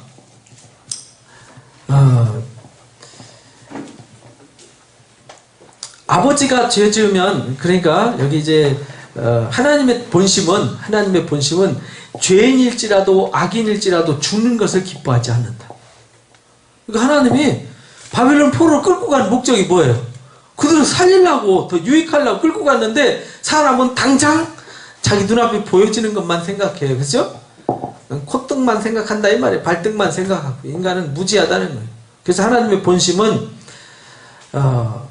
어찌 아버지가 포도 먹고 아버지가 신포도 먹음으로 아들이 그러니까 씨답박을 할 수 있겠냐? 각자 죄악으로 이제 심판받는 거죠. 근데 하나님의 마음은 누구든지 죄인이라 할지라도 악인이라 할지라도 반드시 살고 헤아리고 회개하라는 거예요. 그래서 살게 하라는 거죠. 그래서 23절에 보면 주여와의 말씀하시나 내가 어찌하여 악인이 죽는 것을 조금인도 기뻐하겠냐. 그가 돌이켜 그 길에서 떠나 뭐 하는 걸 원해요? 사는 것을 기뻐하신다. 이렇게 말. 하나님 그래서 살려주기 위한 목적으로 일하는데 아직도 정신을 못 차리고요. 그렇죠? 하나님 우리를 부르셔서 이 밤중에 여기다 앉혀놔놓고 성경 공부식 이런 거 여러분을 괴롭히려고 하는 거 아니죠? 이게 여러분 잘 오셨어요. 우리 유익을 주려고 하나님 그렇게 하셨다는 거예요. 그러니까 안타깝지요. 그러니 그것도 깨닫지 못하고요. 스스로 죽을 길을 택해서 스스로 죽음의 길을 가요. 그러니까 슬프지요. 그래서 19장에 애가가 나. 애가. 가슴 아파요. 애가를 지어서 불러라. 내 어머니는 뭐냐? 암사자라. 그가 사자들 가운데 엎드려 젊은 사자 중에 그 새끼를 기르는데 새끼 하나를 키우면 젊은 사자가 되어서 먹이 물어뜯기를 배워 사람에게 삼킴에 이방에 듣고 함정으로 그를 잡아 깔꼬리로 끼워 애굽으로 간지라. 그래가지고요 여호아스 왕이 애굽으로 끌려갔잖아요. 그래서 또 바벨론 애굽 왕이 세워나는 바벨론 왕이 그래가지고 또 여호야김을 포로로 잡잖아요. 근데 이놈이 또 배신을 해요.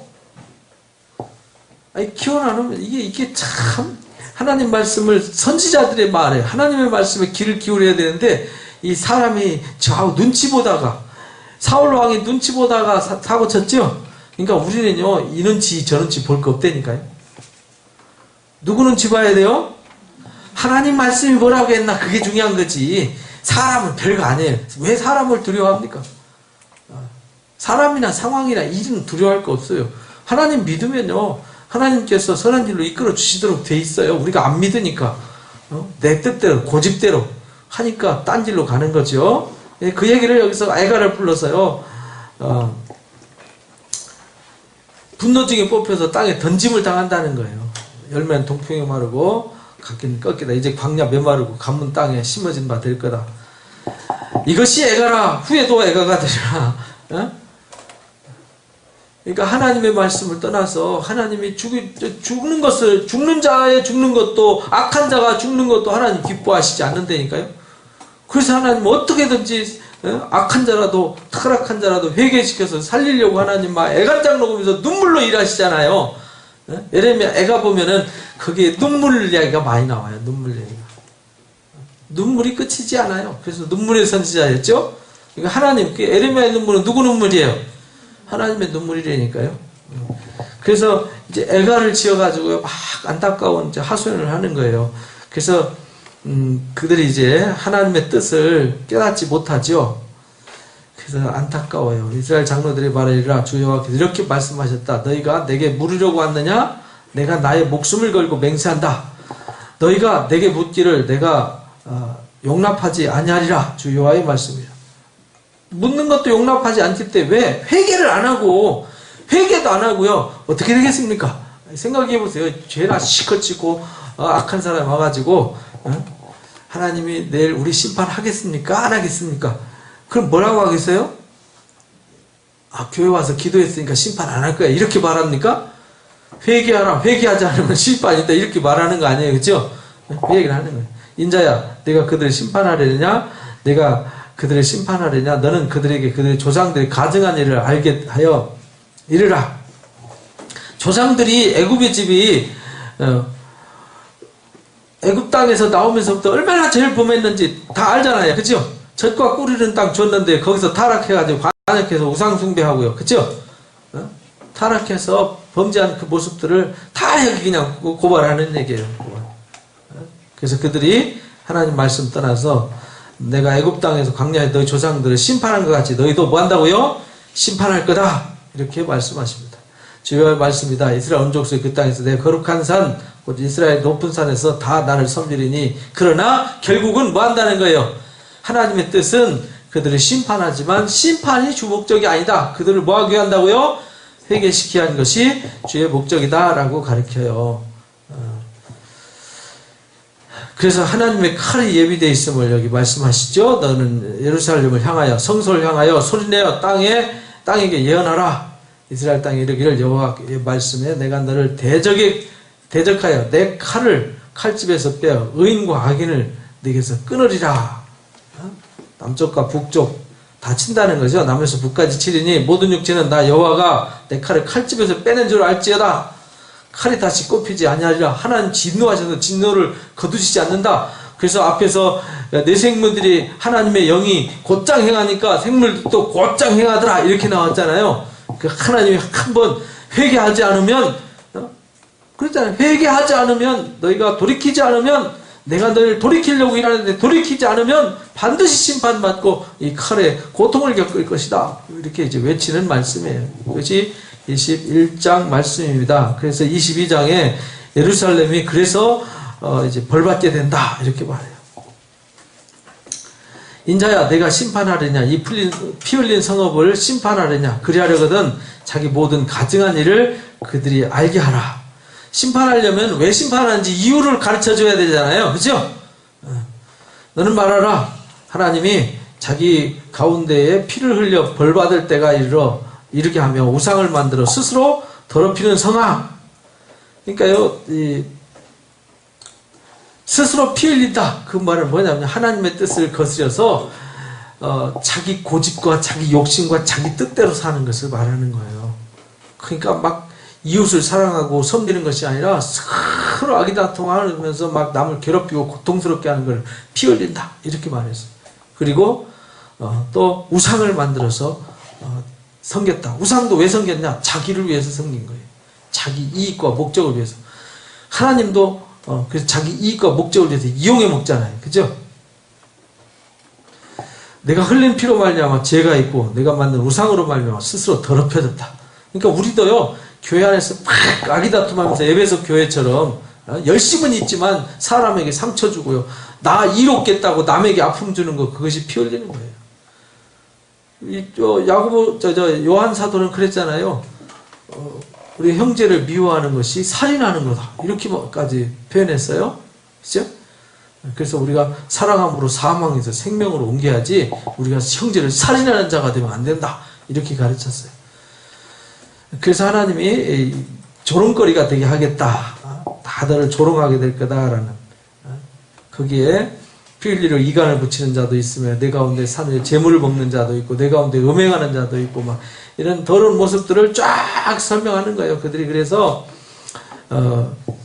그들의 포악과 강탈, 압제 막 이런 것들을 하나님이 분노하셔가지고 내 분노를 그들 위에 쏟으며 내 진노의 불로 그들 행위대로 그들 머리에 보응할 거다. 그래서 말씀하신 대로 이 심판하신다는 거예요. 심판.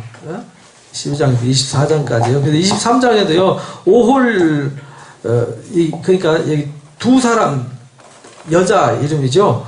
오홀라, 오홀리바 두 사람 이야기를 얘기를 해요. 오홀라와 오홀리바는 형제예요. 근데 오홀라가 이제 사마리아요. 오홀라는 북이스라엘이란 말이에요. 오홀리바는 예루살렘 남유다 왕국이에요. 그러니까 오홀라가 어떻게 됐는지 사마리아가 어떻게 망하게 됐는지 오홀라가 행음하다가요. 아수르 사람 사모하고 바람 피다가 아수르한테 쑥대밭 돼버렸잖아요. 그거 뻔히 보고도 오홀리바는 더한다 이 말이에요. 더한다. 사마리아보다 더 심하다. 근데 열왕기에 보니까 그렇게 말하죠. 그들이 타락한데도 누구 때문에 심판 안 하죠? 아니 끝내버려도 되잖아요. 북이스라엘처럼. 근데 안 끝내요. 북이스라엘보다 더 타락하는데 왜 그러죠? 다윗의 언약 때문에. 다윗의 언약. 그래서 다윗의 위를 하나님이 끝까지 예수님 때까지 이어가게 하기 위해서 하나님께서 언약을 하셨기 때문에 하나님의 그 언약 때문에 그래서 그 타락한 왕들 향해서 그래 너를 끝낼 수 있는데 다윗 때문에 내가 봐주는 거야. 네? 다윗 때문에 내 대를 안 끊는 거야. 그래서요 예수님 때까지 그 대가 이어가는 거예요. 그래서 다윗의 뭐에서요? 뿌리에서 한 싹이 나서 결실할 것이요. 이렇게 되는 거예요. 그래서 여기가 더럽혀졌던 얘기를 쭉 음행하고 타락했던 아주 얼마나 타락하고 했는지를 이 당나귀 그 하체는 나귀 같고 그의 정서는 말 같은 음란한 간부를 사랑하였도다. 젊었을 때 행음하여 애국 사람의 가슴과 이방에 어루만졌던 것을 아직도 생각하도다. 그러니까 바람을 피워도요 정도껏 피워야 되는데요. 바람을 피우는데 돈 주면서 바람 피웠다 이 말이에요. 돈 주면서. 창녀는 돈이라도 받지요. 그잖아요. 몸 팔고 돈이라도 받는데 돈까지 퍼주면서 돈까지 퍼주고 바람 피운다. 그러니까 세상에 배 희한한 놈 다 있네 그런 얘기죠. 하나님이 나 세상에 살다 별놈 다 봤다 그런 얘기입니다. 우리도 안타까우면 그런 얘기 하잖아요. 나 살다 너 같은 놈 처음 봤다 그러잖아요. 그러니까 이스라엘에 내가 살다 너 같은 놈들 처음 봤다 이러는데 하나님이 안타까워서 부르시는 소리입니다. 그 얘기가 여기 이제 나오는 겁니다. 23장에.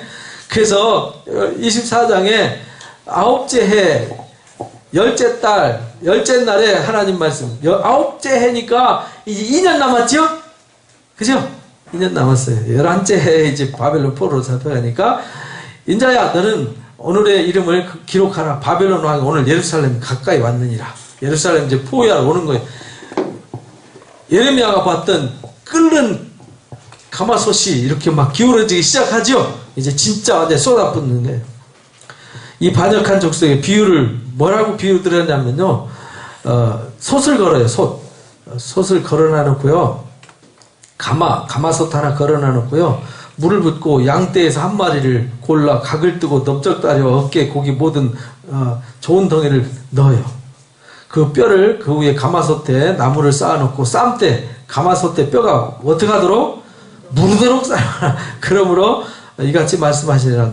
피를 흘린 성읍 녹슨 가마 그 속에 녹을 없이 하지 아니한 가마여 화 있음저 재 뽑을 것이 없이 그 덩이를 하나같이 꺼낼지어다. 그 피가 그 가운데 있으며 그 피를 벤 바위 위에 두고 덮이지 아니하게 하면 분노를 나타내 보응할 거다.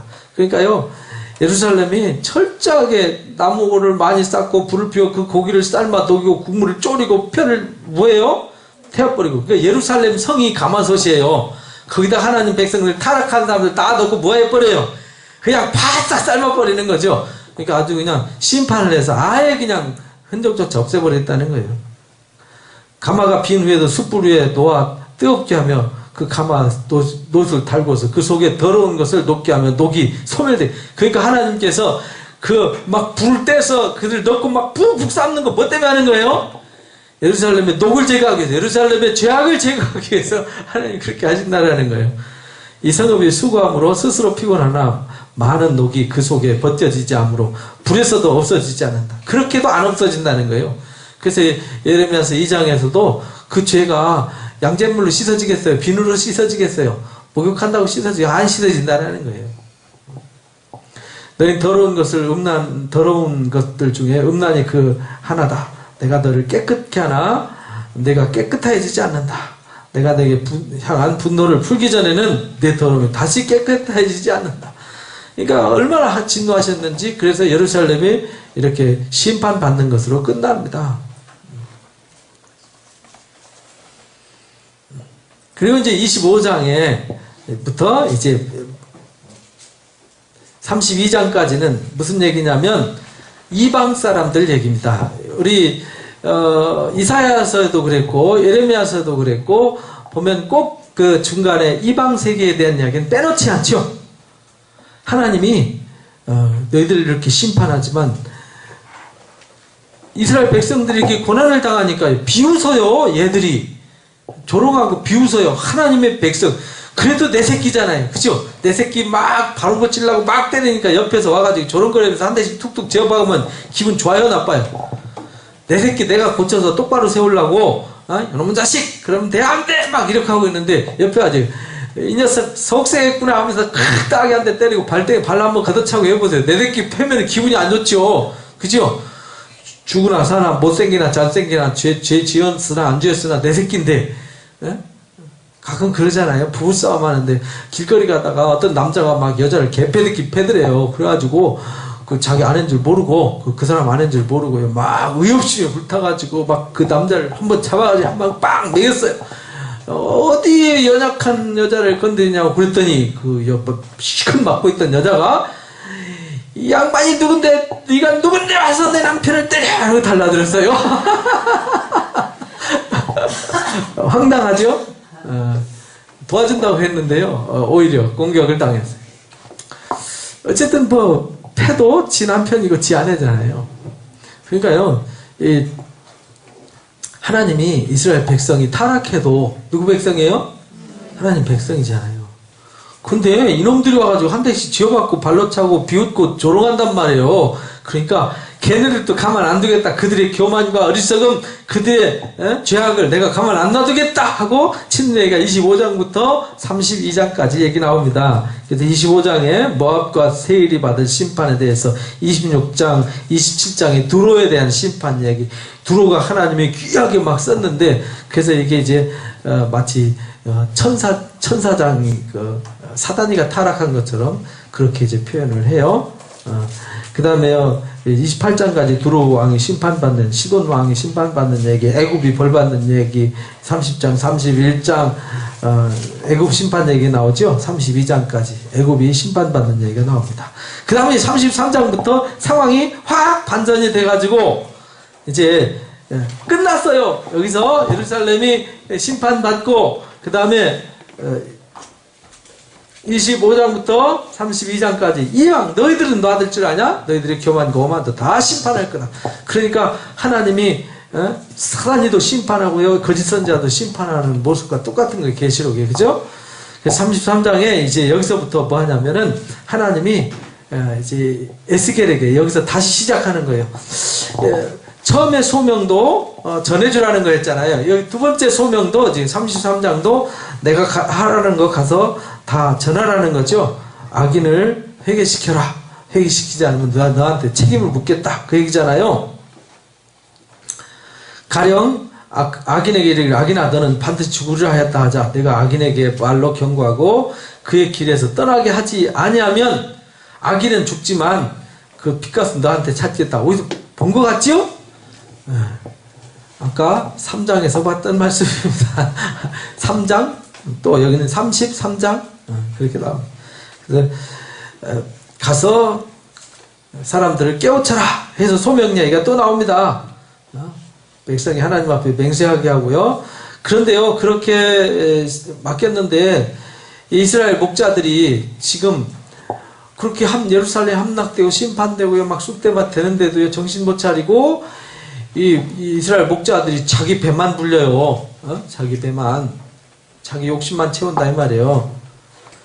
목자한테 예언하라. 목자들에게 이르기를 주 여호와께서 이같이 말씀해 자기만 먹는 이스라엘 목자들은 화 있다. 목자들이 양떼를 먹이는 것이 마땅하지 아니하냐. 양떼를 위해서 세워졌더니 제사장을 세우고 선지자를 세우고 레위인을 세우고 지도자를 세운 것은, 백성의 왕을 세운 것은 백성들을 위해서 세웠더니 양 다 뜯어먹더라는 말이에요. 살찐 양을 잡아서 그 기름을 먹고 그 털을 입되 양떼는 먹이지 않고 다 물어 뜯어먹더라 이 말이죠. 내 양떼고 모든 지면에 흩어져서 찾고 찾는 자가 없다. 그래서 하나님이 안타까워서 당신이 찾겠다 이 말이에요. 양떼 맡겨놨더니 쑥대밭 되니까 하나님이 직접 찾으러 나셨어요. 그래서 메시아를 보내겠다라는 메시지를 여기서 보여주시는 거예요. 그러니까 희망의 메시지. 포로로 끌려갔어도 모든 것이 심판 끝났어도 하나님의 역사는 회복의 역사다. 그걸 이제 34장을 통해서 가르쳐 주셨어요. 그러면서 35장에 세일과 약속이 없는 그들에게는 그들이 황무하게 될 거다. 이렇게 말해요. 황무하게 될 거다라는 얘기를 35장에 이야기하고요. 36장에 이스라엘 산들에게 예언하여 이르기를 이스라엘 산들아 여호와의 말씀을 뭐라고요? 들으라 이렇게 나와요. 무지하게 덥네요. 제 뒤에 히타가 아니고 뭐죠? 에어컨 좀 틀어보세요. 다들 더운 것 같은데 부채질하고. 이스라엘이 받을 복에 대해서 설명을 해요. 여호와께서 같이 말씀하시기를 원수들이 내게 대해 말하기를 아하 옛적 높은 곳이 우리의 기업이 되었었다 하였느니라. 그러므로 너는 내 안에 이르기를 주 여호와께서 같이 말씀하신다. 그들이 너희를 황폐하게 하고 사방을 삼켜 너희가 남은 이방인의 기업이 되게 하여 사람 말거리 조롱거리 비방거리가 되게 했죠. 하여도다. 그러므로 이스라엘 산들아 주 여호와의 말씀을 들어라. 산들과 맷뿌리들 시내들과 골짜기들 황폐한 사막과 사방에 남아있는 이방에 있는 이방인의 노략거리 조롱거리가 되어버린 성읍들이 여호와들에게 여호와께서 이같이 말씀하신다. 조롱거리가 되었지만 하나님이 가만 놔두겠어요? 그죠? 하나님 명예가 걸려있는데 내가 진실로 내 맹렬한 질투로 남아있는 이방인과 에돔 족속들을 다 뭐 한다고요? 멸망시키고 멸시한 심령으로 내 땅을 빼앗아 노력하여 자기 소유를 삼았음이라. 그러므로 이스라엘 땅에 대해 예언하여 돼 골짜기에 관하여 이르기를 여호와께서 말씀하시기를 내가 질투와 분노로 말하였나니 이는 너희가 이방의 수치를 당했기 때문이다. 이방인 자신들이 이제 반드시 수치를 당할 거다. 너희 사방에 있는 이방인이 수치를 당하게 할 거다. 그래서 결국은 하나님께서 뭐 하실 거라는 거예요? 회복시켜 주실 거라는 거죠. 내가 사람을 너희 위에 다니게 하리니 그들이 내 백성 이스라엘이라. 그들은 너를 얻고 너는 그 기업이 되어 다시는 그들이 자식을 잃어버리지 않게 하리라. 하나님께서 이렇게 회복의 말씀을 주시겠다라는 것을 말씀하십니다. 그래서 이제 어떻게 회복시키냐면 37장에 우리가 너무 잘 아는 말씀이죠. 하나님의 말씀을 뭐해서? 외쳐서. 아주 마른 골짜기에 그 에스겔 골짜기 아주 데리고 골짜기로 가는데요. 거기 뼈가 가득한데 아주 사면 골짜기에 뼈가 아주 심히 가득한데 아주 바득바득 말라서 희망이 없어요. 그죠? 그래서 소망이 없고 희망이 없는 그 백성들을 향해서 하나님 말씀을 뭐하죠? 대언하더라. 그래서 대언했더니 그들이 뼈가 붙고 심줄이 붙고 살이 붙고 가죽이 덮이더라. 근데 생기는 없더라. 생기를 향해서 대언했더니 일어나는데 그렇게 큰 군대더라. 이렇게 나오죠. 그래서 하나님이 그들을 말씀으로 다시 회복시켜 주실 것을 약속하셨어요. 그래서 이제 38장 9장에서 곡과 마곡을 통해서 이제 역사하실 것을 바랍니다. 너는 마곡 땅에 있는 로스와 메섹과 두발왕 곡 얼굴을 향하여 그 예언하라. 이같이 말씀하시기를 두발왕 고가 내가 너를 대적하여 너를 깔꼬리로 내 아가미를 깨고. 그러니까요, 하나님 백성을 괴롭히던 그들을 하나님께 깔꼬리 깨갖고 끌고 가겠다는 거예요.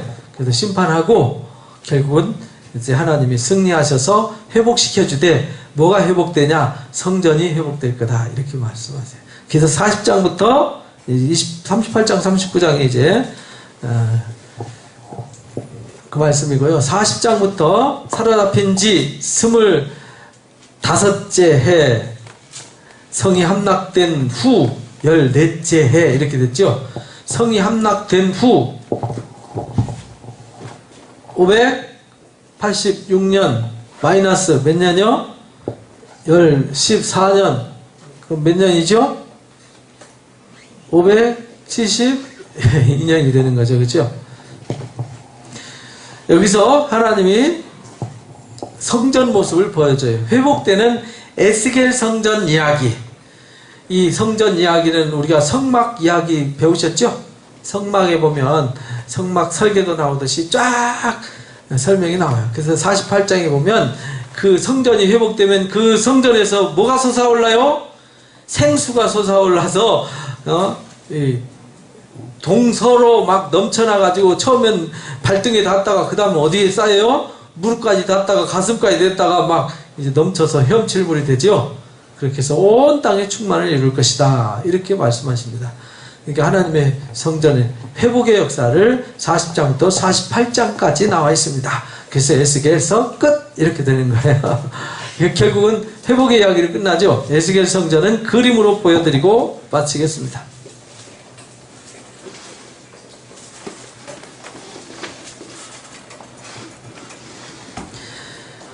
성전 나와라.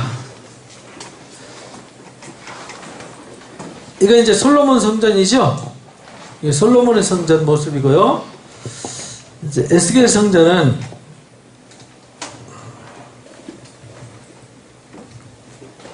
이렇게 생겼어요.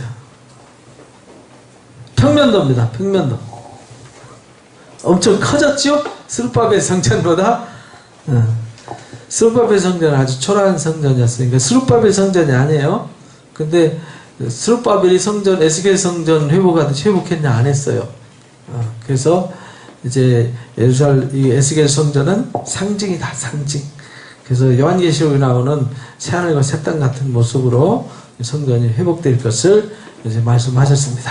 그렇게 해서 에스겔에서 끝나고요. 결국은 하나님이 성전이 회복돼서 거기서부터 하나님이 그들을 먹이시고 입히시고 그들을 살리시고 그들의 모든 것을 하나님 중심으로 모든 것을 회복시킬 것을 언약하셨습니다. 그것이 하나님 회복의 역사.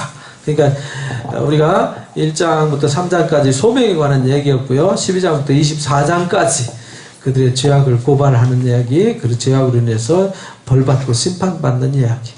그 다음에 25장부터 32장까지 이방세계에 대한 심판.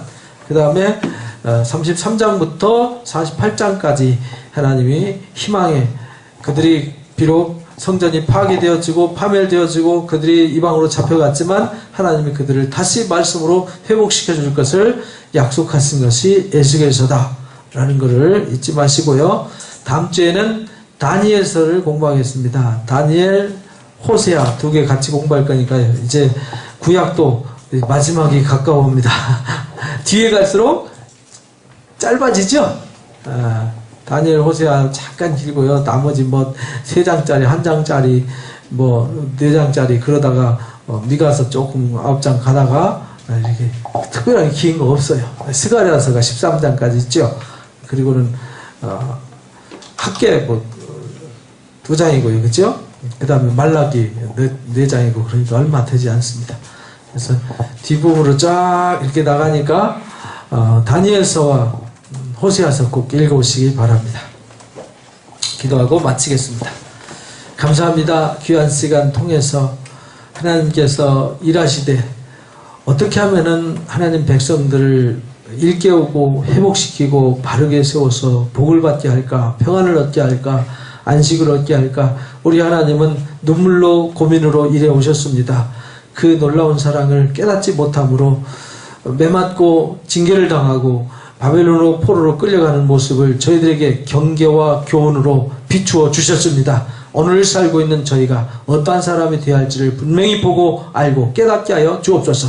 저희들은 하나님의 말씀에 귀를 기울여서 하나님의 뜻을 가슴에 품고 이제 하나님의 뜻을 쫓아 삶으로 하나님의 목적과 영광이 저희를 통해서 나타나지고 이루어지는 귀한 삶을 세워가게 하여 주옵소서. 오늘도 함께해 주심을 감사하오며 거룩하신 예수님의 이름으로 기도하옵나이다. 아멘. 고맙습니다. 수고들 했습니다.